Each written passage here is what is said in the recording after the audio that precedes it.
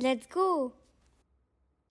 Alors, c'est parti, bienvenue de nouveau dans Figma. Cette fois, on s'intéresse aux couleurs et aux dégradés, ainsi qu'au mode de fusion.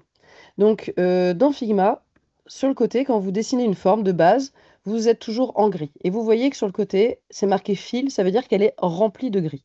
Si je clique sur plus, je rajoute cette fois stroke, un contour, que je peux augmenter en cliquant glissant. Je peux le mettre à l'intérieur, à l'extérieur, exactement comme dans les autres logiciels de PAO.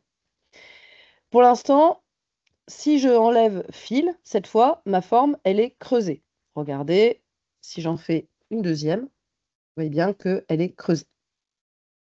Cette fois, je vais rajouter fil et j'enlève stroke, donc il n'y a plus de contour, il y a juste un remplissage. Je vais cliquer ici sur la petite vignette grise pour changer de couleur. Donc là, j'ai un petit sélecteur de couleurs tout à fait classique.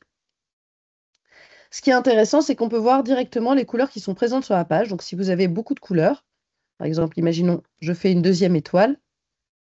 Ici, regardez, présent sur la page, j'ai donc une couleur de plus.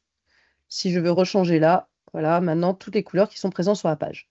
J'ai les valeurs RVB, hexadécimales, TSL, etc., etc., mais pas CMJN parce qu'évidemment, on ne fait pas de print. Je peux baisser l'opacité de ma forme et je peux également, si je veux, faire un dégradé. Alors le dégradé, il est un peu caché, c'est le deuxième picto qui est là.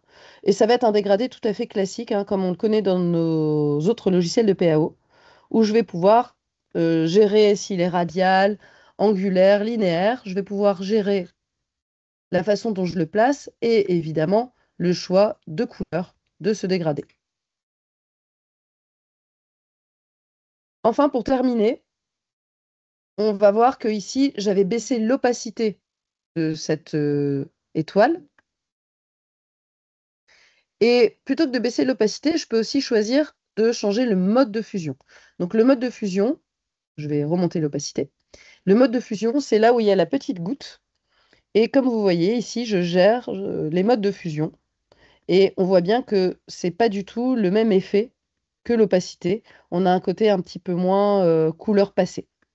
Donc voilà comment gérer ces couleurs dans Figma. Dernière chose, avant de vous quitter, les couleurs, c'est toujours mieux de les enregistrer en style.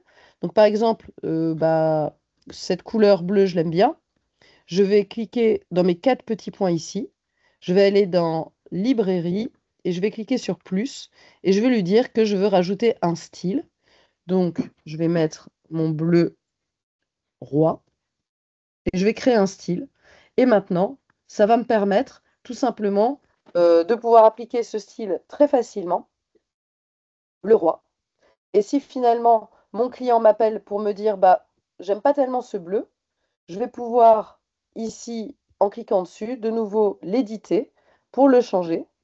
Et comme vous voyez, ça me permet de me changer toutes les formes qui auront cette couleur qui aura été appliquée dans son style. Bien joué, le jeune!